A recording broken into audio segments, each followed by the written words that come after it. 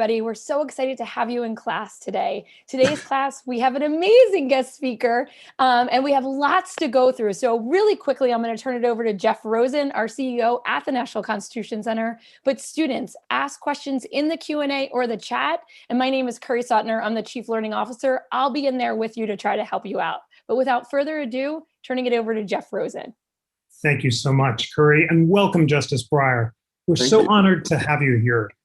This is our final class of the year for the Constitution Center's live online classes for middle and high school students. We launched these a year ago. We've reached 200,000 students across America teaching the Constitution. And I want to begin by asking you, because you're one of America's most inspiring advocates for civic education, why is it important for all of these great students to study civics and the Constitution? Well, they're part of this country, and they have to know how it works, and they have to know how the government works, and they have to understand that they are part of the government, and that it isn't a separate thing, but that in this country and with this document, the Constitution, there are certain basic principles that require their participation. And I usually say, I can't tell the students what to do, but I know perfectly well that John Adams and Madison and the people who wrote this document would think if they don't participate, we won't have a democracy. And they won't participate if they don't know how it works. And so I'd say first and foremost is that you have to know how this government works and what your role in is in it, and how these different groups of people get together. We have 330 million, they all think something different. And we have a governmental system that tries to bring them together. Well, they have to understand it. That's why. So we can maintain it. Wonderful. They have to understand it so we can maintain it.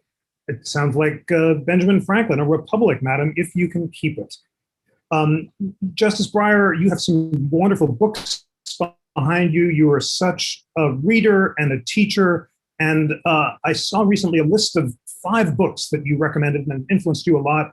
And they included Tocqueville's Democracy in America, The Education of Henry Adams, Austin's How to Do Things with Words, Camus' The Plague, and In Search of Lost Time by Proust, which you're reading in French. Do you want to pick 1 or 2 of those books and tell us why it's important to you and why the students should think about reading it? Well, I've often thought, and I love this book. You want to know what this country is like and the ups and downs, Henry Adams. I mean, Henry Adams lived 1838 until around 1920. And he thought at that time, perhaps he would be president, because the Adamses were all presidents. His grandfather had been president, his great-grandfather. His father was a famous and very valuable ambassador to England and kept England from siding with the South and won the Civil War for the North. Through what he did, he certainly helped. And Adams comes into this country believing he's as close to an aristocrat as there is. And by the time he's in his middle age, he says, there is no such thing as an aristocrat in America. There's a democracy in America. And he looks around in Washington. He lived not far from where I am this minute. And the Hay Adams Hotel is where he lived. And he looked out at the White House and he saw, at that time in the late 19th century, they didn't have to worry about people giving campaign contributions to candidates. They had to worry about people giving bribes to candidates. It was not a good period from the point of view of honesty in government. You have to remember, if you've seen them in school, the NAS cartoons, the sugar trust, the oil trust, every trust behind every senator, behind every congressman. And he looked around and said, oh my God, I mean, maybe democracy doesn't work. Yeah, that sound familiar? And then he said, but what's the choice? The same thing that Winston Churchill said many years later, of course it's a bad system, except for the others. And you read that and you begin to understand it. And you begin to understand that all the unfortunate things we're reading in the newspapers, this is going on and that's going on, it's happened before. This is not the first time that people have become discouraged with the democratic process. And this is not the first time. We've had real racism in this country. And it used to be slavery before that. Adams came down here before the Civil War and he looked out across the South and he said, those people are great gentlemen. I don't think they're great gentlemen. Look at what they're doing. I mean, he was very much against slavery. So you read through that and you begin to understand what still are the pros and cons of the way we've set ourselves up. And on balance, I think he thinks, and you think, and I think, on balance, yeah, it's better than the alternatives. 330 million people. They've been able to govern themselves to a considerable degree. They've been able to make the system work more or less. And they have been able to maintain a system where people do listen, the governments do listen to the people, and there are freedoms, and it's not perfect. Well, he had every one of those problems. So read what he has to say about it and read what it was like during that time. Wonderful. And what did you learn from Tocqueville? And what do you make of his concern that virtue and self-interest, rightly understood, might not be enough to sustain Americans at a time when individualism and morality were declining? No, there is right now. It's not just that, but I mean, Tocqueville understands pretty well how America is going to work. And he wants to say to the Europeans, it is possible, if you look at America, to see that you can have a workable system that's based to a considerable degree on democracy and different organizations that organize people and come together and debate. He would say there's a clamor I hear every time I come to America. It's people shouting. No, they shouldn't shout. But it's people debating issues, and they'll try things, and they'll try to work together, and they'll experiment, and some will work and some will fail. And this is a big mess, this country. But by and large, it's going to work, he thought. But he said, you know, I see two terrible problems. I don't know how they're going to get over these. And this was in the 1840s. He said, one of them is, what are they going to do about the Indian tribes that themselves seem to live in this place? And he said, I don't think that will stop America because I don't think they'll treat them very well. The Americans won't, i.e. the Europeans, i.e. the Europeans won't treat the Indians very well and they'll take over. And that is what happened. He says, I don't know what they're going to do about slavery. They can't keep together a country that rests on slavery. And that's going to be a nightmare. He says that, right? Very perspicacious. Very perspicacious. So he's worried about two things that I think we still should be and are worried about. And he describes pretty well how our institutions did and still do work. Don't ask for perfection. You read that and you say, we have a job that was similar to the job of probably Ben Franklin in your Constitution Center and Abraham Lincoln in the Gettysburg Address. We are still an experiment. And will this experiment work? And then I want to say to the students, it's going to be your job. That's a bit preachy, but it is your job and the job of your children. And after that, to see that this experiment does work. And no one ever knows for sure. Now, you learn that from Tocqueville. You learn that from Henry Adams. And you just keep trying. So much of the success of the experiment depends on compromise, deliberation, prudence, listening to the other side.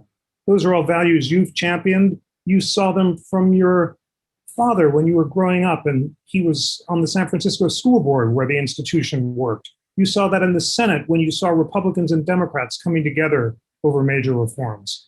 Today, people are concerned that the system is broken, that things are so polarized that both sides are just not listening to each other and we're retreating into armed camps. Are you optimistic or pessimistic that the system will keep working, and what can we do to make it work? Well, I don't know. I am basically optimistic, and I don't know how much that's justified. because I think that's what Senator Kennedy used to say. He said the country swings, it swings, and sometimes to extremes in one way or sometimes to extremes the other way, but it sort of rights itself eventually. And when I worked on the staff of the Senate, I thought I was in an institution, and that's true of Congress, that will respond to what their constituents want. It was true at my confirmation. The senators will ask the questions they want to ask, and they'll want to ask the questions that they think their constituents want to ask. And when enough people in the country say, look, what I really want is what we learned in the 5th grade, that people work together, they'll get it. And so what you do, I saw Senator Kennedy do this all the time. He was a Democrat. Republican disagrees with him strongly, but you need that Republican support. Talk to them. And don't talk to them, I have a better point than you, and your point's really evil and bad. You say, what do you think? My friend, what do you think? And get them talking. And once they start talking, eventually, they'll say something you agree with. And then you say, well, let's see if we can't work with that. And when you work with that, keep going, you won't get everything you want, but you might get on balance a success. And if it's a success, what I saw Kennedy do a lot was the press conference would be there, and Kennedy would say, Senator Hatch was so helpful on this, talk to him, he really got this going. Give the credit to other people. Credit is a weapon. And if your thing succeeds, there'll be plenty of credit to go around. If it doesn't succeed, who wants the credit? And I saw him act on that over and over and learn something from it. Well, that's called talking to people, trying to get people together. When I was in the 5th grade, Mrs. Squataquatsa would divide our class in San Francisco into groups, and we'd each have a project.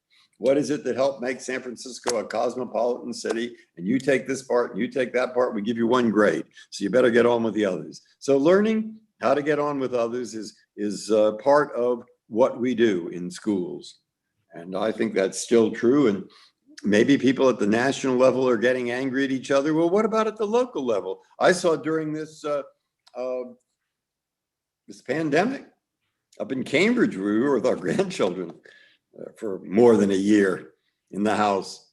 Well, there were groups in the neighborhood that tried to put people together to bring food to people who needed the food. Or they'd help get them to the doctor if that was necessary, or help do all kinds of things. There are dozens of parts of public life where people can work together. And so it's fairly obvious that for each of the students who's here and all those who aren't here, public life should be and is part of their lives. And you can get together with other people in all kinds of different ways.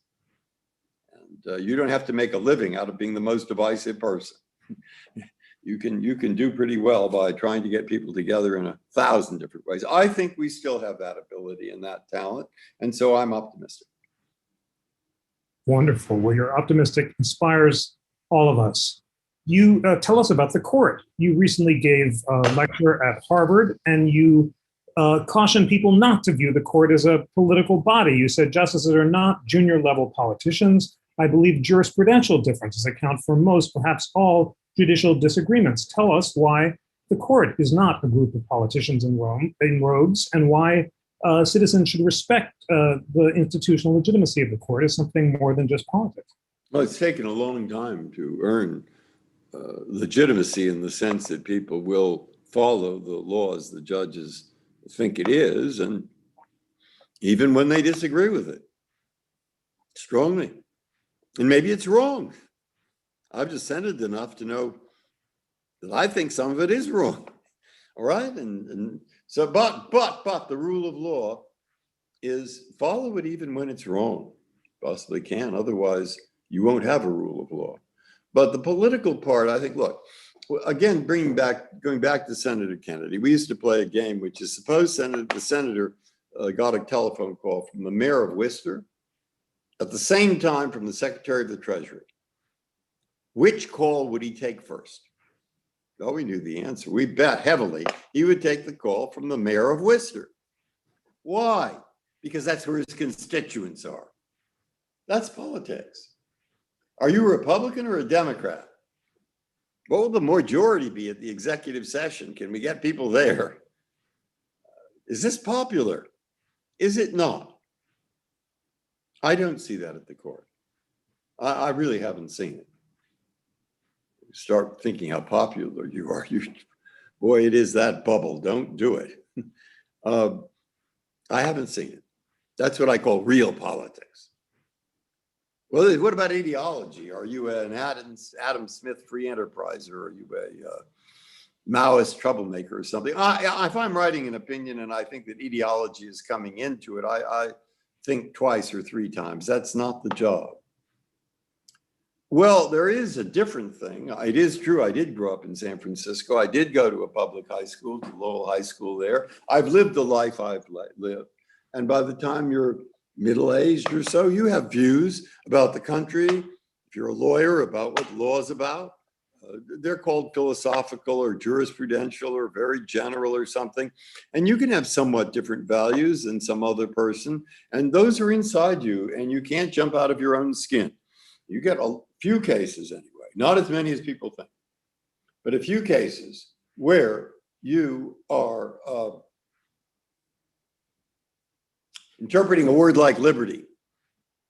You know, that word doesn't explain itself, not in detail. Well, you'll be influenced by your values. I used to think, too bad everybody doesn't agree with me, but it's a big country, you know, and there are three, as I've said, there are many, many, many millions of people, and they do think different things, and they do have somewhat different values, and it isn't terrible if you have a Supreme Court of 9 people, and they're made up of people, and some of them have different values, and indeed, some of them have different jurisprudential approaches. Some of them lean more in the direction of having clear rules. Some of them, probably me, lean more in the direction of God, life is a mess. Let's just try to clarify this a little bit and not decide too much too quickly. And so people have different views, and people tend to stick to a degree, to different jurisprudential views. And that explains a lot about why you say similar lineups. It's not conservative liberal particularly. I mean, sometimes you can define it that way, but more often you can't. It's different jurisprudential views. So I say, look, don't get mixed up with real politics. That isn't what's happening. Now, if I'm really honest about it and think about, I say, well, it's a little more complicated. If you're ready for a little more complication, that's right. I mean, it's a little more complicated even than that, because after all, suppose you think deeply that free enterprise is the secret of success in this country. Or suppose you deeply think that at least some moves towards socialism are surely justified and will help. Okay. Is that a political view? Or is that a philosophical view? Is that political philosophy? Or is that real politics? Well, I think those things are often hard to separate out. And I can't say that things like that never influence a decision. The cases we get, there's a lot to be said on both sides, much more than you might think. And so you have some influence there. And then over long periods of time, there will be changes. Think of Roosevelt and Truman having ultimately appointed the entire court, and a shift in sort of basic philosophy in the direction of the New Deal, i.e. agencies that people used to think were unconstitutional, bringing power to Washington, which people used to think was unconstitutional. No, it isn't unconstitutional. At a very broad level, over very long periods of time, you can see shifts. And you can even see real politics brought in. Think of the Warren Court and their efforts to see that the country was desegregated because no one was supporting them. Congress wasn't. I mean, they got very little support from other branches. And they're trying to make meaningful the desegregation decision. Well, they might not take the miscegenation case for a while. Is it? Well, what's that? Is that politics? So it's a mix, isn't it? And anybody who thinks it's pure politics is absolutely wrong. And anyone who thinks, well, if I define politics broadly enough and look at the court in broad enough lenses, I can say, well, there's something. As long as you hesitate like that, you'll get a more informed reaction.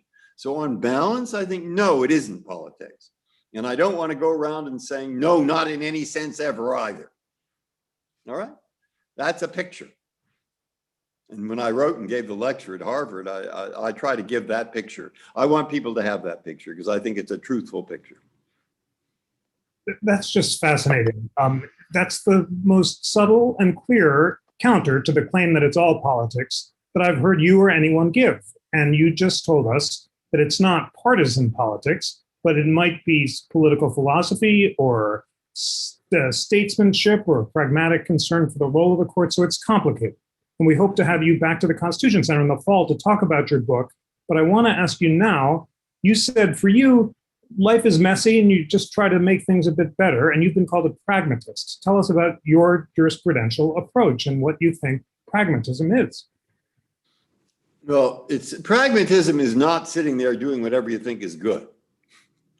I think pragmatism, both with statutes and with the Constitution itself, plays this kind of a role.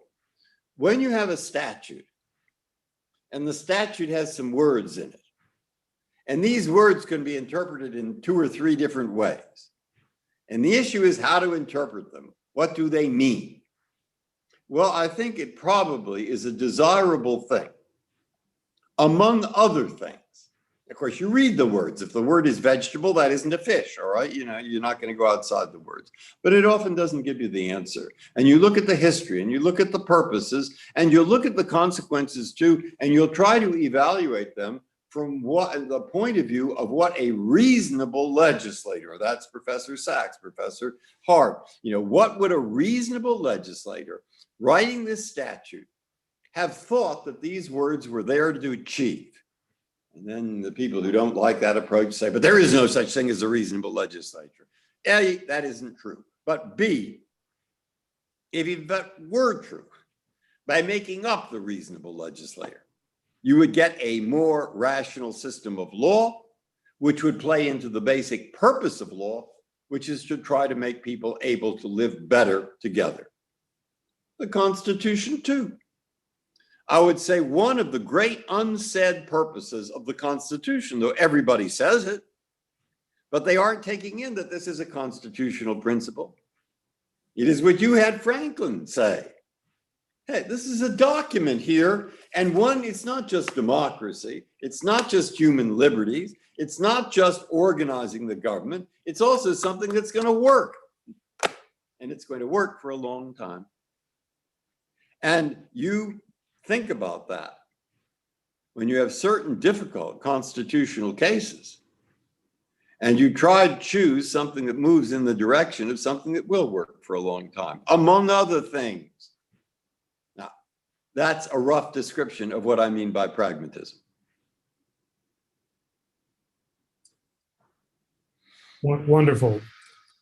What is the role of precedent in pragmatism? Colin Thibault, who's one of our star students here in the class, says that according to SCOTUS blog, you, Justice Breyer, voted to overturn a precedent the third least among the 11 justices who were surveyed. Why is precedent important? Law is in part about stability. Part of what it's doing is to allow people to plan their lives.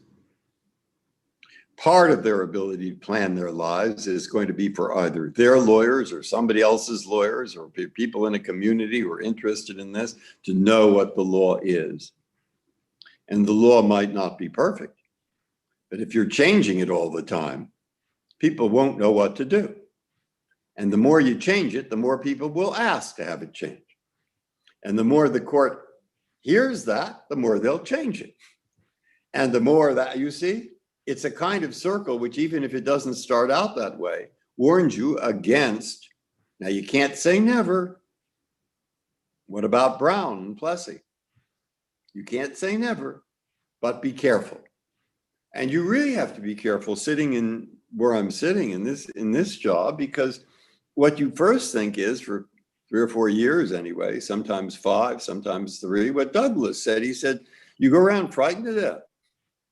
How do I know I'll be able to do it? I wanted to be appointed, but my God, it had to be very lucky to get appointed here. And just the wheel of fortune had to turn around. And there we are. Now I'm here. Can I really do it? And people really do get worried, and they aren't quite certain how it works. And it takes a few years before you figure out how you're going to do it. And then you begin to think, well, all right, I can do my best. But you know what? All these people who were here in the past and all the people who are here now, they're just people like me. That's a dangerous thought. But it does creep in. And then you begin to think, not only are they people like me, but they got this past case wrong. And then after that, you think, this is my only chance to change it. I better change it now or never. And then you're in perdition. And then you've lost the game, because at that point, there'll be too many changes. So you have to guard against that little insidious method of thinking that's caused by human nature, but sneaks in, and just keep it to the rare case where it's really necessary. It's fascinating to hear you say at the beginning you weren't quite sure you could do it, but then you got confidence that you could. And yet I wouldn't put it that way. You get confidence you can do it as well as you can do it. that's the... Well, you're doing it extremely well, but at the same time, I hear you say that humility is important. Is it?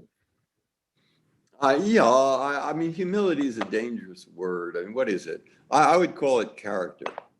Try to keep a decent character. That's also corny. And the only one who will know whether you're trying your best to keep your character to be a decent character, you. No one else. You know, some newspaper writes, what a brave decision. It would have been brave to do the opposite. You know, I mean, people will tend to agree with you. They'll say, yes, that's right, but be careful of that. Remember, I mean, you and a few friends maybe and people you trust tell you the truth. Justice Holmes used to say he learned that he wasn't God. Well, what's the danger? Did you come to think you're God? You don't come to think you're God, but you just tend to think, oh, I think it, so it must be right. Yeah. Stay away. Stay away. Keep, somebody says a compliment. Thank you. Thank you very much. Appreciate it. Look, I learned after about 3-4 years, we were at some kind of an event here in the court with young lawyers. And two came up and said, oh, Justice Breyer, would you ever sign my program? And I just really think your opinions are wonderful. They're so good. I really like them. So I said, of course I will sign your program. So I signed his program. And as he walked away, he turned to his friend, thinking I was out of hearing, and he said, that makes 4.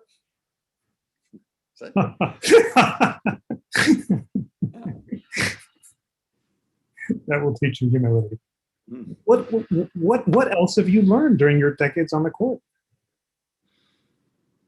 Court is what have I learned? I don't know. I've probably learned a lot of things. I've learned that I have less power to persuade people than I thought I might.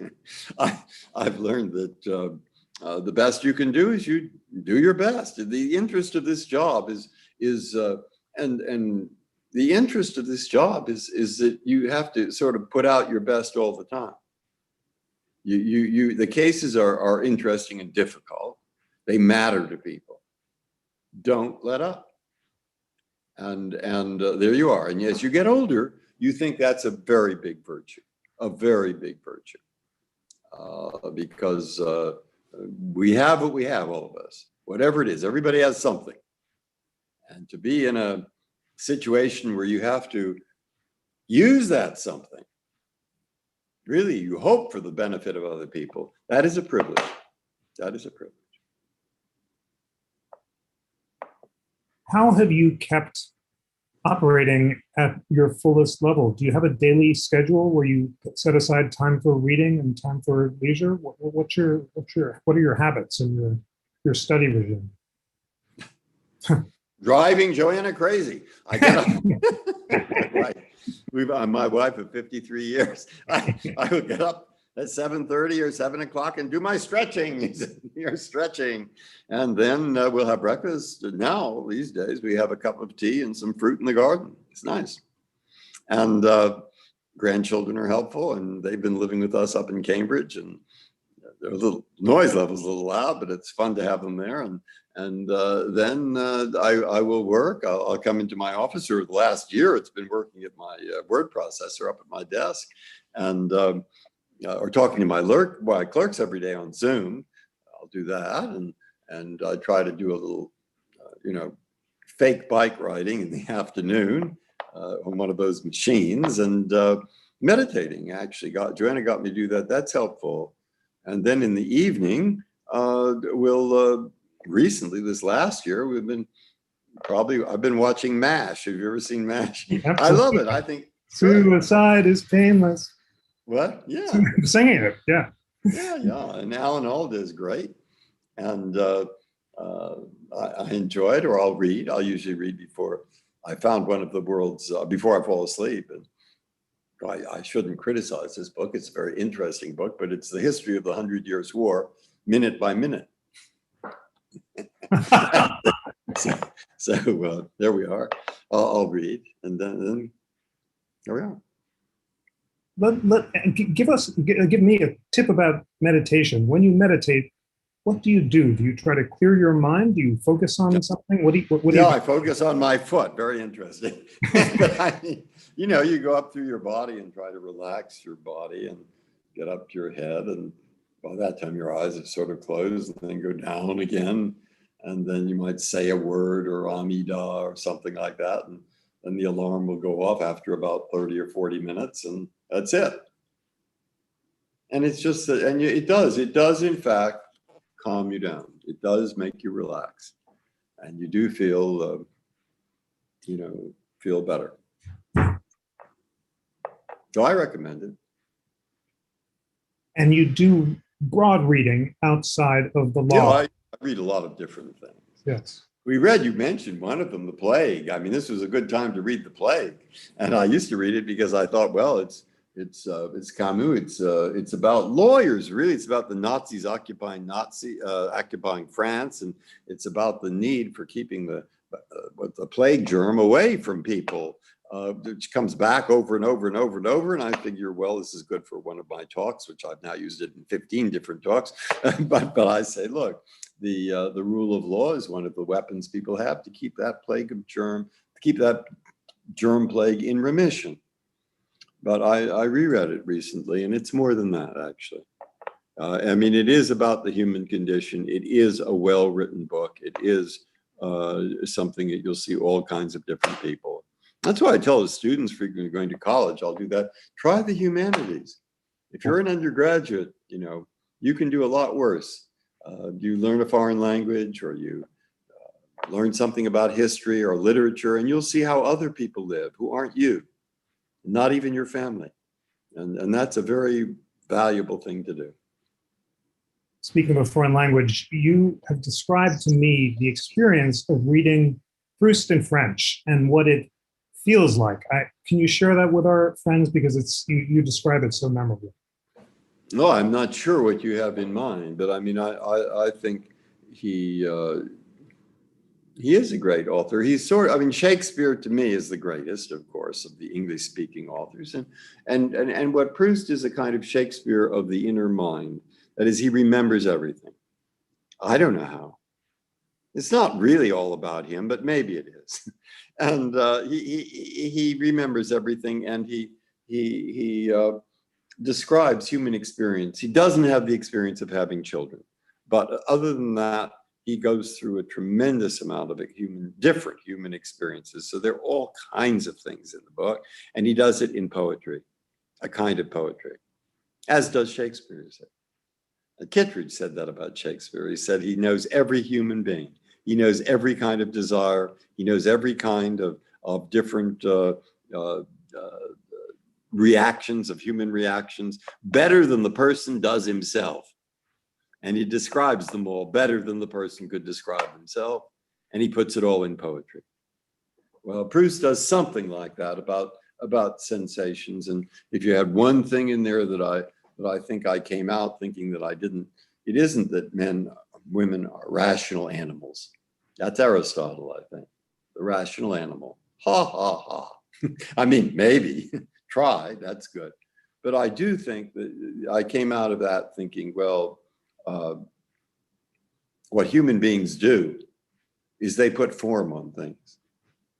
They take this vast flux, which they first see when they're 1 month old, and they try to impose form on it. And that's why it matters so much what you learn and what you see when you're a year old or 2 years or 3 years or 4 or 5 or 6 or 7, and that keeps coming back.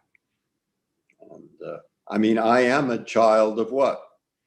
Pre-war. I was born in 1938. I can remember World War II. I did grow up in San Francisco in the 40s, late 40s, I remember. 50s, college, law school. All right. And did that shape how I will see the world? Of course it did. And it's the same for everyone. And that's why different generations have different views and so forth. Now you get all that in there. You'll see. So beautiful. Well, you just described how it was different in French than in English to me once. Can you? Well, it's better poetry. No, they have a new translation, which is good. I think it's Moncrief. Moncrief was the first person. Then this recent one is Moncrief and 2 others. God, I know their name. I'm forgetting it.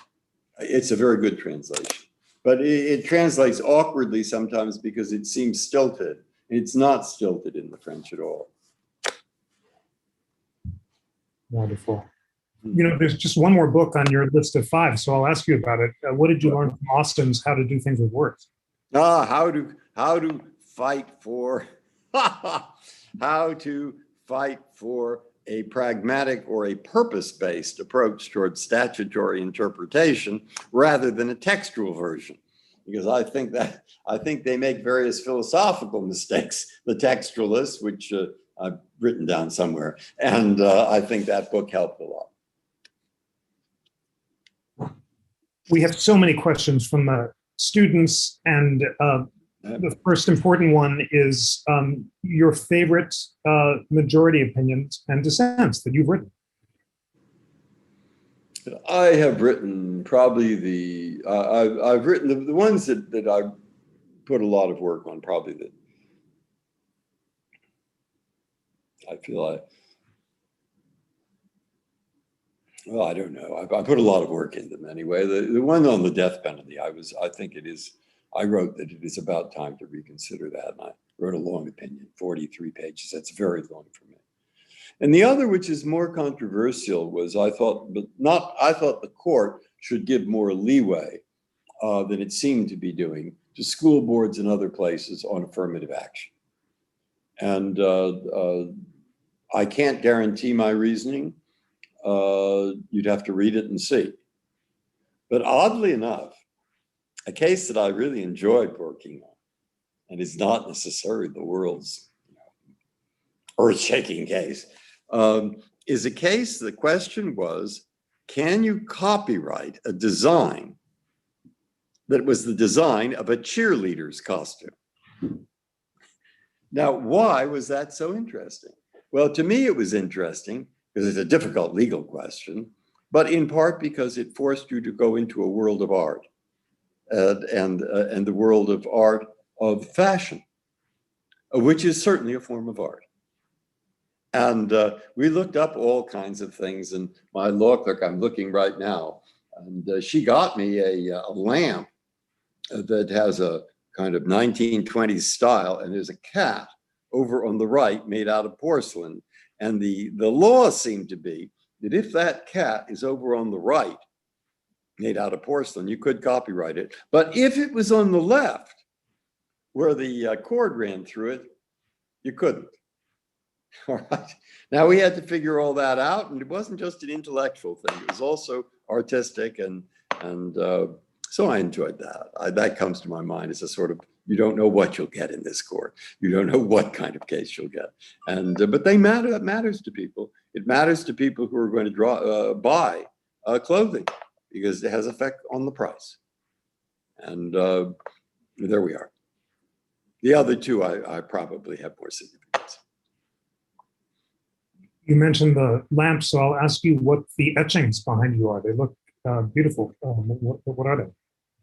Those actually, the ones you mean up above? Yeah. Oh, well, no, those are from a courthouse, I think I think it was in Michigan.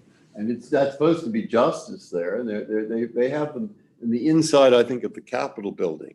And I think now, I haven't thought about them in a while where they're from, but I think it's either Wisconsin or Michigan. And they're nice. Is that you're allowed to do that as a privilege. You can go to the basement of I went to the basement of the Museum of American Art, and they will let you borrow things that they're not exhibiting. And they weren't exhibiting those, so I borrowed them. We can't see the rest of your chambers, but is there another piece of art or an artifact that is important to you that you? Oh, the most famous one I found is at that museum was what's his name? Gilbert Stuart, who painted George Washington. Maybe you can see it. It's over. You see it over there. There. Oh yeah. There. Oh, that's beautiful. And they weren't showing that. It's a woman, so I borrowed it. Don't tell them; they might decide they want it back. We won't tell them. Who's the woman? I don't know. Unknown woman. Beautiful. And you care a lot about architecture and helped build the courthouse in Boston. Why do you like architecture? Makes a difference. I learned a lot that year. I learned a lot from the architect, Harry Cobb. I learned a lot about looking at courthouses. I mean, the architecture, I hope people will go and look at it. What we really wanted to do, and why did Harry, when we had five architects, and Judge Woodlock and I were on the panel that was going to choose the architects. And we had very, very good architects who applied. And we made an effort to look at their buildings, others that they had designed. And we'd ask people, do you like working in this building? And how long have you been here? Do you like it or not? What do you think? And we wanted that affirmative action. And there were 4 or 5, they said, yes, we do. And okay, so Harry, what he showed us a picture of a Virginia courthouse in the 17th century. He said, look at this. There's a spire. That suggests it's a public building. There's a porch. That's a place where downtown people could meet who weren't lawyers and weren't judges and discuss the day or discuss their problems or discuss whatever they wanted. It was a public space. And inside there was one room. And in that one room, that's where the court's business goes on. Now he said, the challenge today is, let me show you. And he showed us a picture of a courthouse recently built, where I won't say what city, but it was actually Los Angeles. And he said, is that a public building or is it an office building? Is it a courthouse or is it an apartment house? What is it? We don't want that. We want a building that will tell the people who go in. I'll tell you something, says the building, the way you are part of this system. This building belongs to you, Mr. Citizen, Mrs. Citizen. It is part of this community.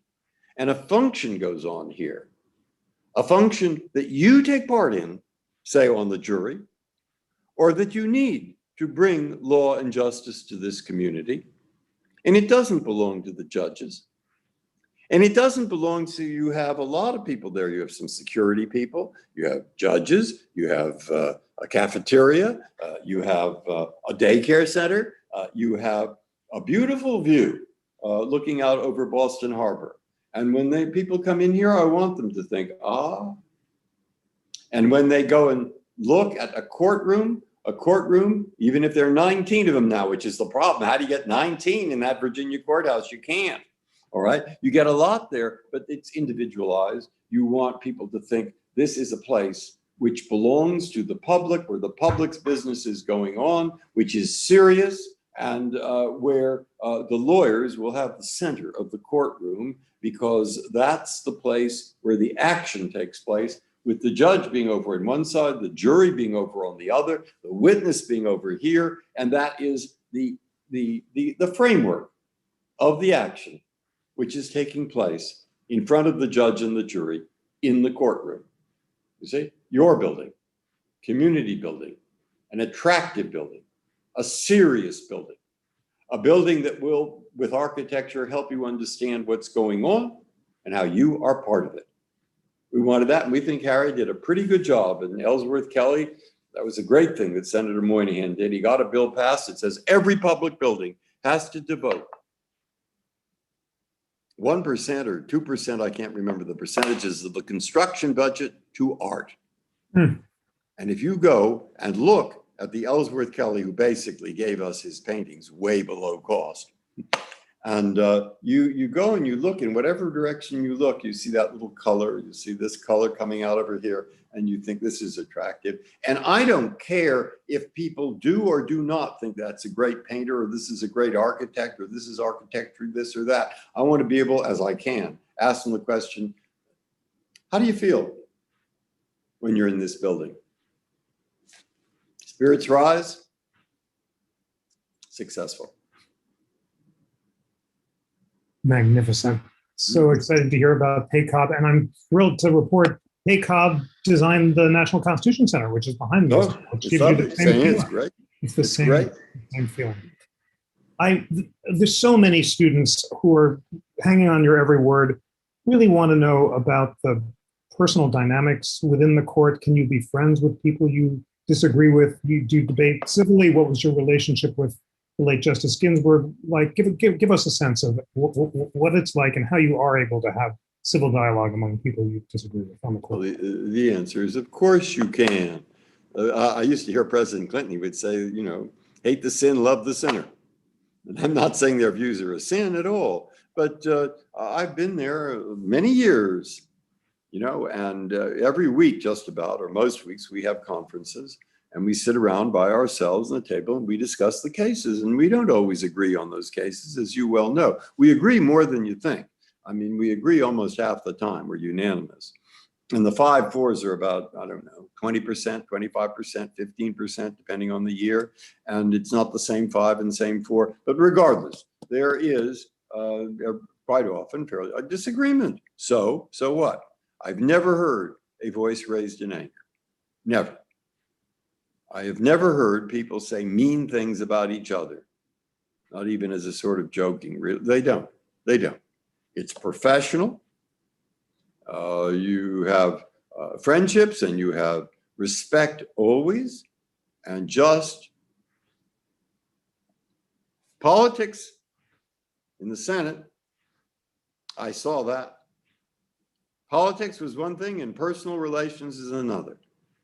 You may think that 2 congressmen or 2 senators aren't getting on because they have opposite political views, but personally they might. And in this institution, that's what I see. And Justice Ginsburg, well, of course, I mean, I miss her. I just said that the other day. I said, I was talking to my clerks about a case where I said, well, let's go see what Ruth thinks. Oh, there we are. There we are. And she went off with Justice Scalia to India and rode with him on the elephant. There we are. People were always surprised that she could be such good friends with Justice Scalia, and you're friendly with Justice Thomas, of course, famously as well. Very, very decent person. You know, people can have different views than I have, or maybe you have, or whatever. That doesn't. They can. The world's a big place, and that's not corny. And it's true. And if we didn't understand that, we wouldn't have 330 million people living together in pretty good peace in this country. Try to understand where they're coming from. You don't have to agree with it. You do have to make an effort to try to understand it. So, hey, you have a different view. So what? What kind of person is it? What kind of character does that person have? And that's the basis of friendship.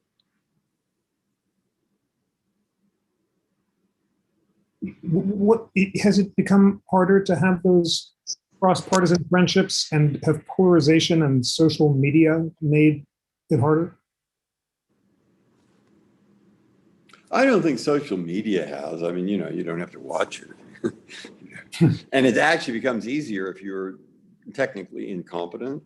it becomes easier not to watch it. And polarization, it's not so much polarization here. It's, I mean, what you see, what I think happens is that political groups are polarized, perhaps more than they have been, which is worrying. All right, then when a judicial nomination comes up, they will try to get X or Y appointed or X or Y not appointed. But that isn't because X or Y is going to act politically. It's because they think that X or Y will have jurisprudential views, sort of basic views about what law is like and the Constitution and so forth, that will correspond with what they think is politically good. That's a little complicated, but that's the only way I can understand how the fact that I see, and what I do see, is that judges are acting the way they think is the proper way to act as judges. And how do I reconcile that with these tremendously, partisan statements and hearings in the political world? Well, they think they'll end up, maybe they will in some cases, and maybe they won't in some cases. A lot of that remains to be seen and so forth. I'm always reluctant to hand the mic back to Curry, but we've kept you too long. Maybe we have about 5 minutes if you'll allow us to stay. Curry, there are just an explosion of questions, and I know you'll be great in choosing. If we could stay till 2, and Curry will do better than I do picking questions from the students. So back to you, Curry.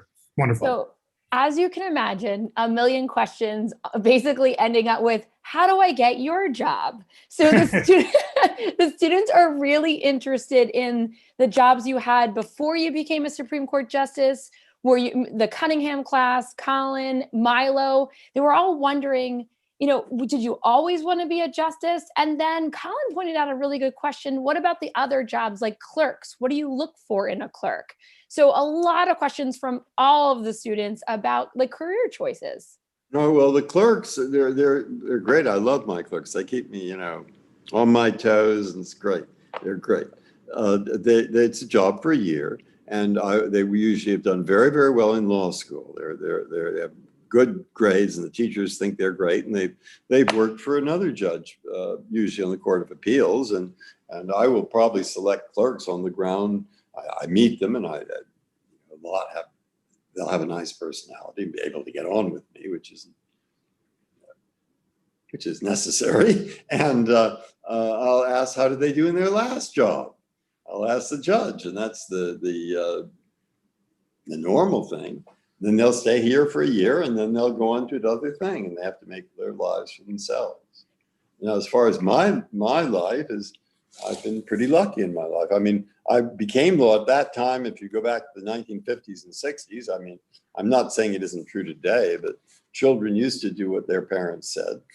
And my father was a lawyer. He was a lawyer for the school board in San Francisco.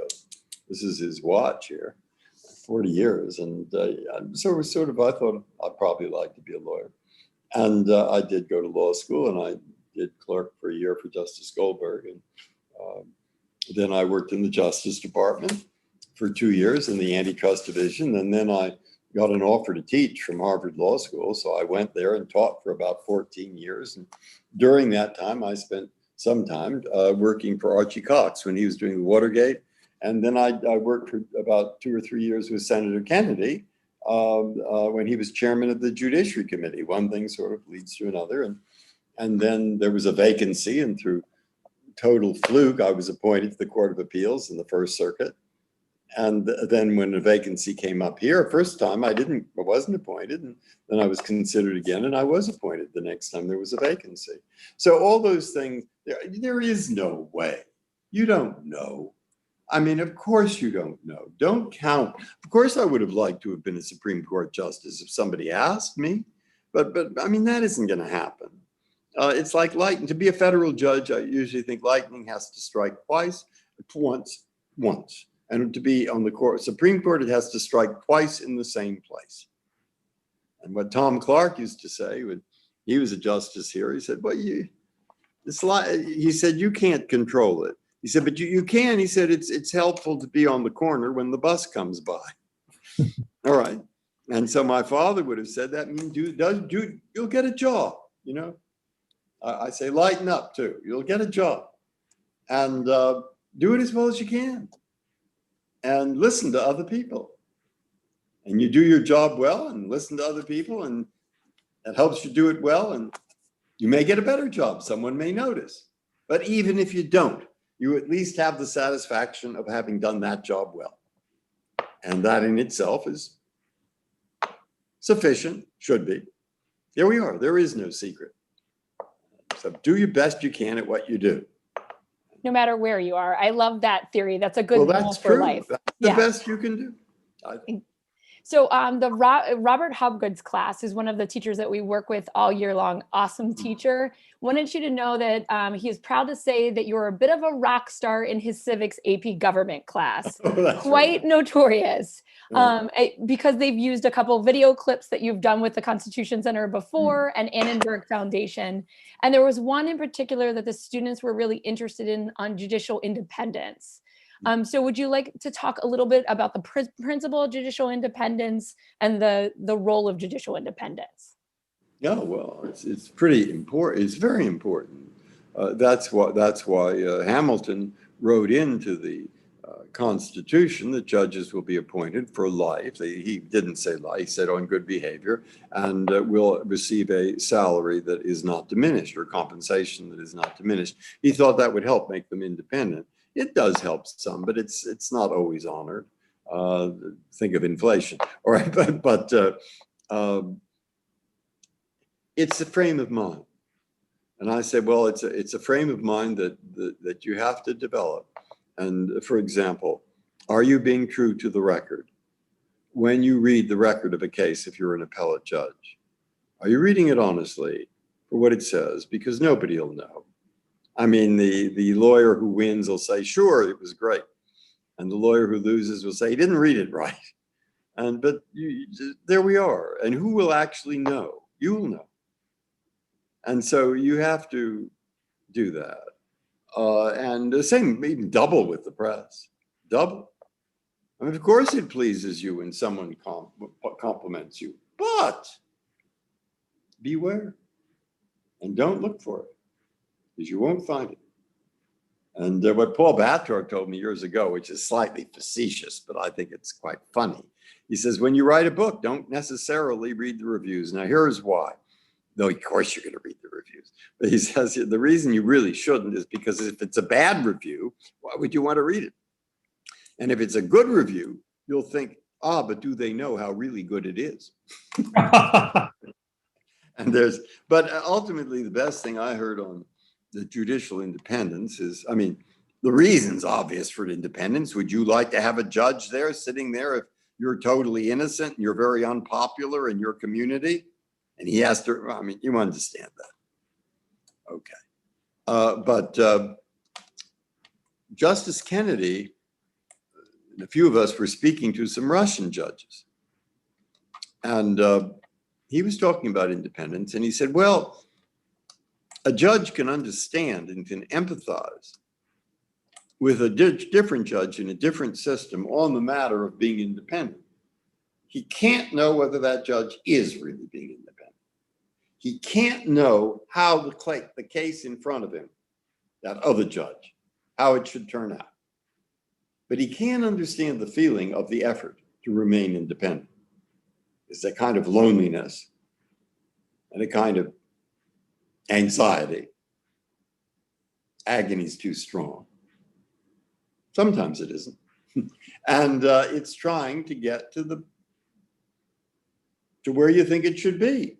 But at the same time, it's complicated by the fact if you're dealing with 8 other colleagues, you want to reach an opinion and you better be willing to compromise. And how much compromise? How much and when? And there's no treatise that gives you an answer to that question. That's internal. I think that is an unbelievable charge to actually send our students off into the summer with, is this idea of understanding when to be independent and stand on your own alone, and then understanding when to come to the table and engage in compromise and balancing that in the appropriate ways. So that's unbelievably helpful. we'll all have to spend our entire life trying to figure that out as we go along, and then measuring against, you told us earlier to use our character to say, are we measuring ourselves appropriately against ourselves, and not to listen to others, but to listen to self. So thank you so much for wrapping up this fantastic year of classes with such brilliance and such grace that we can really understand the dignity of the law and the dignity of the people. So thank you so much. Jeff, I'll turn it back to you for final words. You said it so well, Curry. Thank you, Justice Breyer, for inspiring us to be our best selves, for inspiring us to learn about the Constitution and to think deeply and to empathetically and to listen to others, and Justice, for being a model of moderation, prudence, civility, kindness, and decency, and for being such a great teacher and such a great human being and such a great friend to the National Constitution Center. Thank you, students, for learning with us, for all of your passion and engagement, and let's follow Justice Breyer's example by learning and growing and uniting around the principles of the Constitution. Justice, have a wonderful summer, and we really look forward to welcoming you to the NCC in the fall to talk about your new book. So thank you so much. Thank you. Thank you. Thanks, everyone. Thank you, everyone.